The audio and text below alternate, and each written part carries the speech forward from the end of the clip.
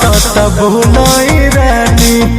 अभी हम बाजार जात बानी का घटत बा तू बोलाई रानी अभी हम बाजार जात बानी आ तले पिसक चवनिया ला चौरा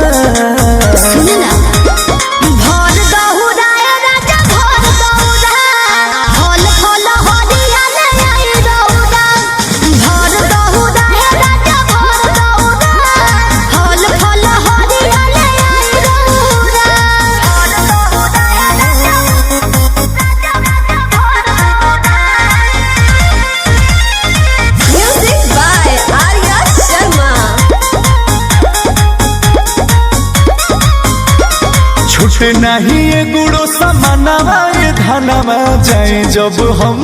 दुकानवा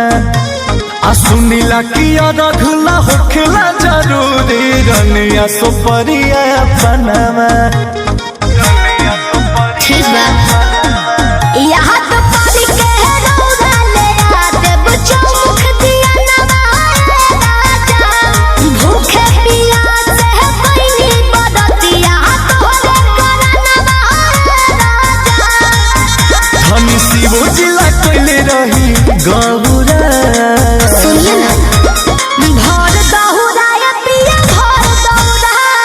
फल फल हरिया ले आई रौदा ए भर दहुरा पिया भर दहुरा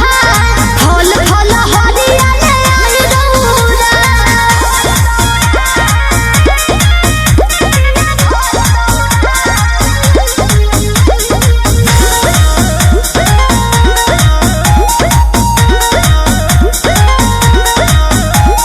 साफे साफे अक्षर में लिख दो ये धनिया पूजावा के सौदा किराना